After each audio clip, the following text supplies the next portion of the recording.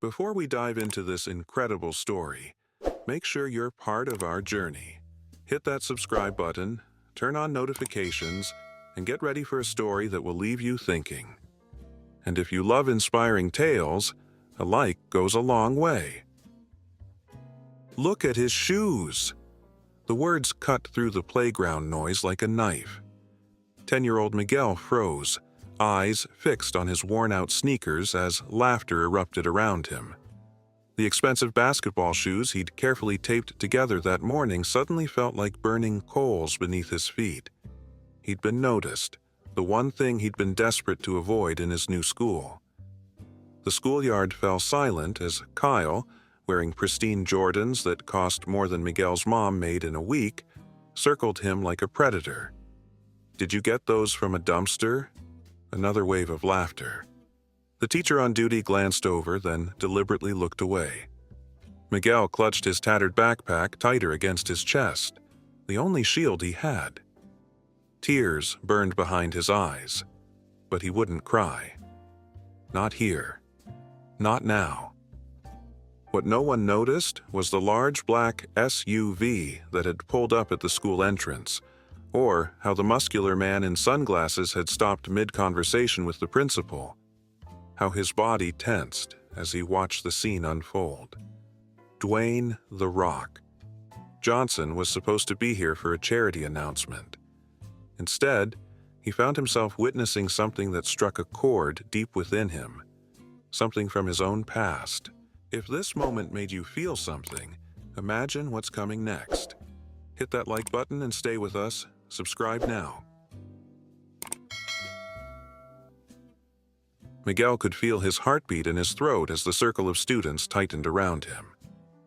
Kyle's friend Jaden stepped forward, his designer clothes and confident smirk speaking volumes about the world that separated them.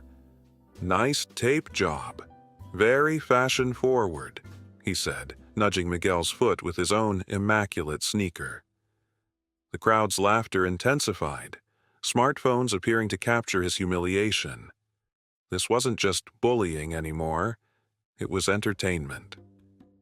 Ms. Peterson, the yard supervisor, continued her conversation with another teacher, occasionally glancing over but never intervening. The message was clear. Some kids were worth protecting, others weren't. Miguel's mother had worked double shifts for months just to afford this better school district, promising him opportunities and safety. Now he stood alone, surrounded by wealth he couldn't comprehend and cruelty he hadn't expected. The sun beat down on the asphalt playground, the California heat making the moment even more unbearable. Miguel's throat tightened as he tried to think of something, anything, to say that might make them stop. But words failed him, just as the adults tasked with his protection had failed him. Outside the schoolyard, Dwayne Johnson stood motionless by his vehicle. He was supposed to be meeting the principal to discuss a fitness program donation, another stop on a packed publicity tour. But something about this scene grabbed him by the chest and wouldn't let go. The way the small boy stood, trying to be invisible yet dignified. The cruel laughter that carried across the yard. The deliberate inaction of the adults nearby. "Mr. Johnson, shall we continue to my office?" The principal's voice faded into background noise as Dwayne focused on the scene unfolding across the yard. The smirking faces, the smartphones recording, the boy's shoulders hunched in shame. Memories flooded back. Hawaii, 1987. Different playground, same story. The mocking laughs when his mother couldn't afford the right clothes, the right shoes. The burning shame of standing out for all the wrong reasons. He'd promised himself back then that if he ever had power, real power, he would use it differently than those who stood by and watched. "Give me a minute," he said, his voice carrying the quiet authority that had made him a star in both wrestling rings and on movie sets. He removed his sunglasses, his expression shifting from celebrity charm to something more raw, more personal. Kyle had Miguel's backpack now, holding it just out of reach. Let's see what kind of lunch Goodwill Boy has today. The crowd's excitement grew as Miguel jumped futilely to retrieve his belongings. Each leap met with more laughter, each moment of desperation fueling their entertainment. Nobody noticed the imposing figure approaching until his shadow fell across them. The principal hurried after Dwayne, whispering urgently, "This isn't part of the schedule, Mr. Johnson. We have a press opportunity waiting and—" But Dwayne was already halfway across the yard, his purposeful stride cutting through groups of students who fell silent as they recognized him. Cell phones that had been recording Miguel's humiliation now swiveled to capture the approaching celebrity. The atmosphere shifted instantly from cruel amusement to electric anticipation. Even Kyle and Jaden sensed the change, their smirks faltering as whispers of, "Is that The Rock?" rippled through the crowd. Miss Peterson suddenly found her authority, stepping forward with practiced concern. "Children, that's enough playtime. Everyone back to—" She stopped mid-sentence as Dwayne walked past her without acknowledgement, his focus entirely on the small boy with taped shoes whose backpack still dangled from Kyle's hand. Things are about to take a turn. Don't miss what happens next. Subscribe, like our video, and keep watching.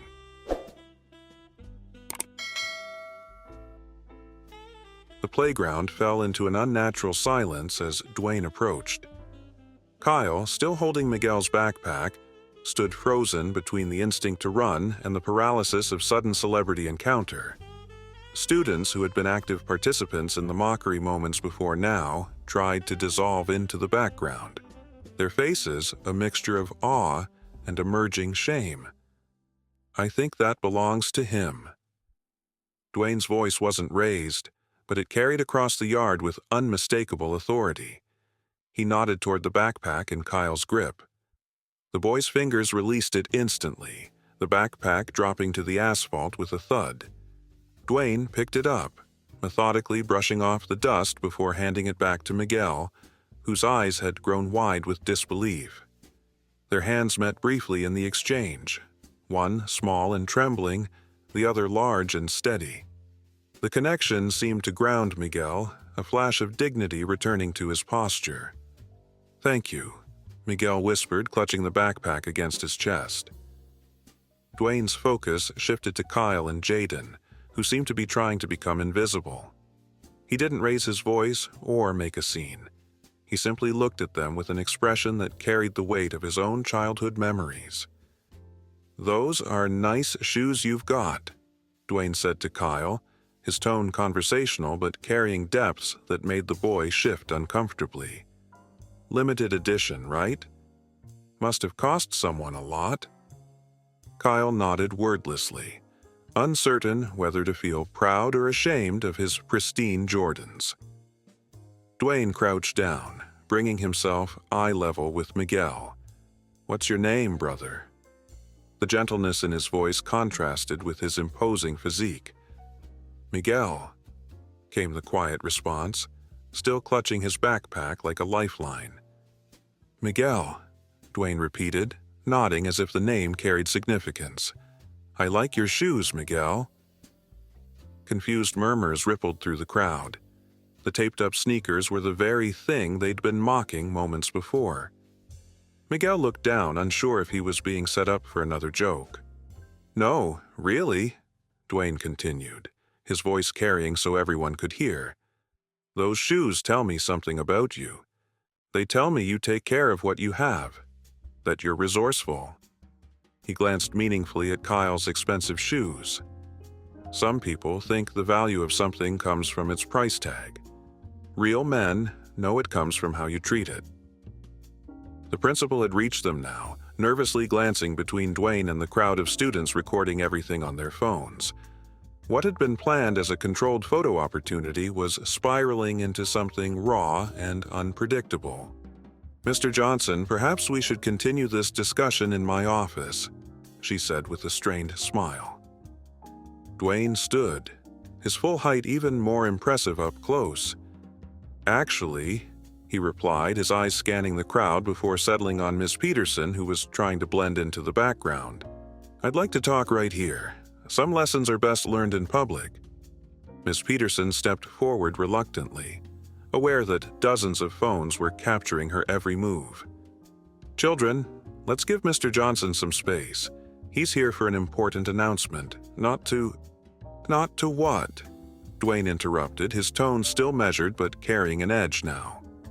"Not to notice what was happening right here in your schoolyard? Under your supervision?" The teacher's face flushed. Students who had never seen an adult challenged this way watched in stunned silence. The power dynamic that had seemed so immutable minutes ago was shifting before their eyes. "I was just about to intervene," Miss Peterson said, her voice lacking conviction. "Like you were about to intervene when I arrived 5 minutes ago." Dwayne raised an eyebrow. "I saw you watching. We all saw." The uncomfortable truth hung in the air between them. He turned back to the students, his expression softening. "You know, when I was about your age, I was that kid." He nodded toward Miguel. "The one with the wrong clothes, the wrong shoes, the one some people thought it was okay to laugh at." This revelation sent another wave of whispers through the crowd. The Rock, wealthy, successful, powerful, had once been like Miguel? It seemed impossible to reconcile. Dwayne continued, his voice finding the rhythm that had captivated audiences worldwide, but now with a vulnerability rarely displayed in his public persona. "I had $7 in my pocket and dreams that seemed impossible.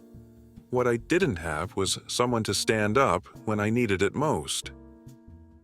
The principal's face had gone from anxious to calculating. Perhaps this unplanned moment could still be salvaged, spun into positive publicity. "This is exactly why Mr. Johnson's foundation is partnering with our school," she began, but Dwayne raised his hand slightly, stopping her mid-sentence. "This story is only getting deeper. What would you do in this situation? Comment below, and let's talk." "This isn't about foundations or photo opportunities anymore," Dwayne said firmly. "This is about what happens in this yard every day when celebrities aren't watching." He looked directly at Kyle and Jaden. "This is about choices, the kind that define who you are when no one's looking." Kyle's earlier confidence had evaporated entirely. His eyes darted between his expensive shoes and the faces around him, perhaps seeing for the first time how the crowd's allegiance had shifted. Jaden stared at the ground, unable to meet anyone's gaze. "I don't want apologies," Dwayne continued. "Apologies are easy. Change is hard." He placed a hand gently on Miguel's shoulder. "This young man deserves better than words. He deserves actions." The schoolyard had never been so quiet. Even the birds seemed to hold their songs as every eye remained fixed on the unexpected drama unfolding. What had started as routine bullying had transformed into something none of them had experienced before. A moment of genuine truth, unfiltered by social media editing or carefully crafted PR statements. "You," Dwayne said, looking at Miss Peterson, "had a responsibility to protect every child in this yard. Not just the ones with the right connections or the expensive shoes." The teacher's face flushed deeper as murmurs of agreement spread through the watching students. Then Dwayne turned to the principal. "And you," he said, his voice carrying disappointment rather than anger, "you're more concerned about how this looks than what it means. That's the problem right there." The principal's professional smile faltered. "Mr. Johnson, I assure you, we have anti-bullying policies." "Policies?" Dwayne's eyebrow raised. "I'm not seeing policies in action. I'm seeing a young man being humiliated while adults look the other way." He gestured to the students still holding their phones. "And every one of these kids saw it too. They learn from what you do, not what you say you do." A girl from the back of the crowd stepped forward hesitantly. "This happens all the time," she said, her voice small but growing stronger as she continued. Not just to Miguel, to lots of kids. And nobody ever stops it. More voices joined, years of silent witnessing suddenly finding expression. The dam had broken. Stories poured out. Of favoritism, of ignored complaints, of consequences that never materialized for certain students. With each revelation, the principal's carefully maintained facade crumbled further. Dwayne listened to each student with full attention, nodding encouragement. When the voices finally quieted, he turned back to Miguel, who stood straighter now, no longer trying to hide his shoes. Your shoes tell your story, brother. Never be ashamed of your story. Dwayne's voice carried the weight of his own journey from $7 to stardom. These other kids, he gestured to Kyle and Jaden, they don't have your strength yet. It takes courage to make something last, to repair instead of replace, to stand tall when others try to tear you down. Miguel nodded, something new flickering in his eyes. Not just gratitude, but a rekindling of self-worth that had been systematically dimmed by days of subtle and overt humiliations. Dwayne turned to address the entire schoolyard, his presence commanding absolute attention. Here's what's going to happen now. His tone left no room for negotiation. First, my foundation will still support your school's fitness program. He paused, letting that sink in. But with conditions. The principal's relief at this news was short-lived as Dwayne continued. The foundation's rep will be making unannounced visits to check how things are really going, not just when cameras are rolling. That anti-bullying policy, it's getting teeth, real consequences, no matter whose parents donate what. He looked pointedly at Kyle and Jaden. As for you two, you're going to spend the next month working with Miguel on a community project, repairing shoes for kids who need them. You've got money? Great. Use it to help, not hurt. Kyle started to protest, but Dwayne silenced him with a look. This isn't punishment. It's opportunity. Chance to be better men than you were today. Finally, he addressed the students still recording on their phones. What happens next is up to all of you. You can post these videos for likes and move on, or you can be part of the change. Stand up next time. Speak up. If I can learn this lesson, so can all of you. Miguel looked up at Dwayne, finding his voice. Why did you stop? You didn't even know me. The question hung in the air, cutting through celebrity awe to the core of what mattered. Dwayne placed both hands on Miguel's shoulders, making sure their eyes met. Because someone should have stopped for me, he said simply. And because real strength isn't about muscles or money or fame, it's about lifting others up when the world tries to keep them down. It's not over yet. The best part is coming. Make sure you're subscribed so you don't miss it.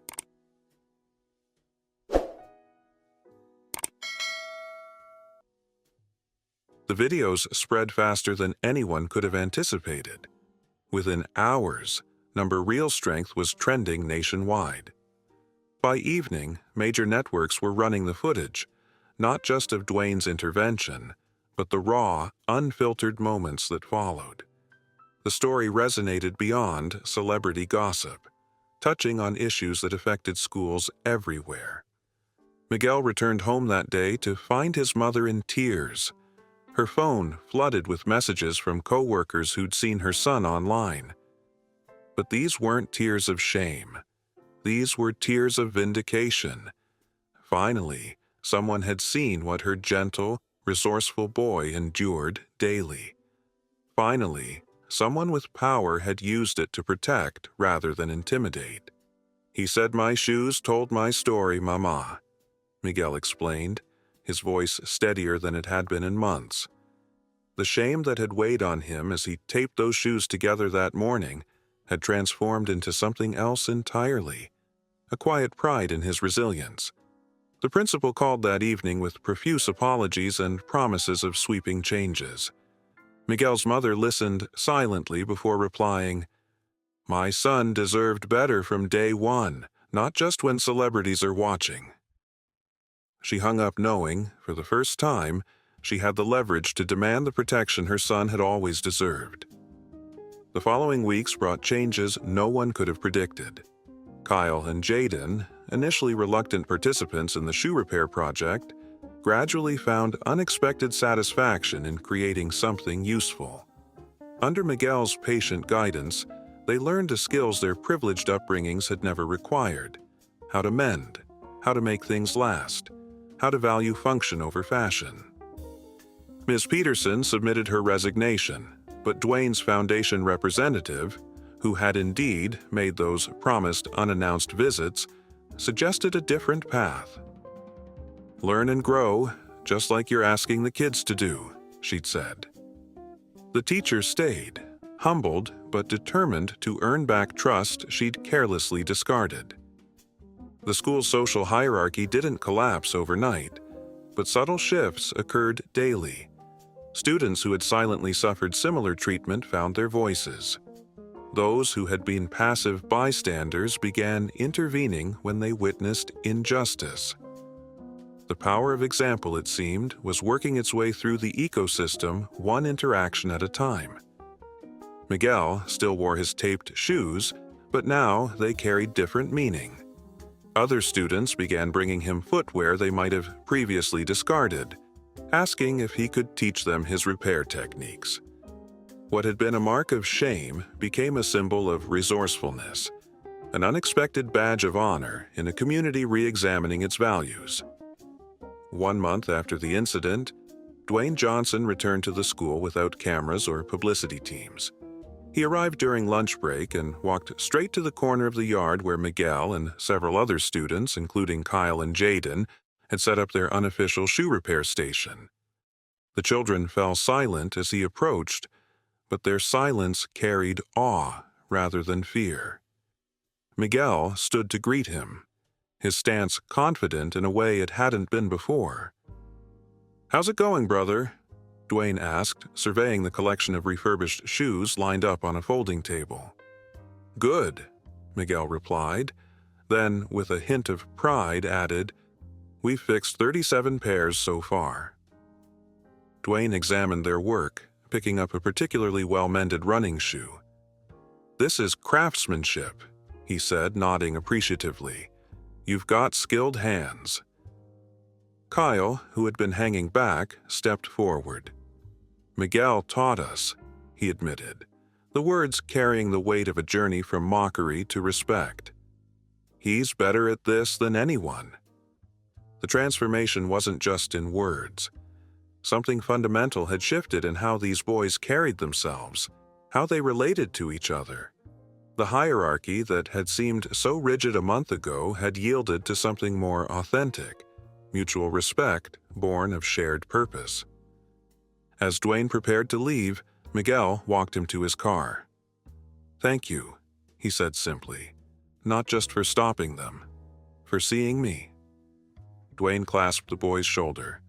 "The world tries to tell us what matters: brands, money, status, but real strength?" He nodded toward Miguel's repaired shoes. "That comes from within.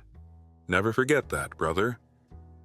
The lesson that began with 7 words on a schoolyard had rippled outward, touching lives far beyond that single California school. Not because a celebrity had briefly stopped by, but because truth, once spoken, has power that outlasts even the brightest spotlights. Wow, what a story! If this moved you, imagine what else we have for you. Hit that like button, drop a comment, and let us know what you think.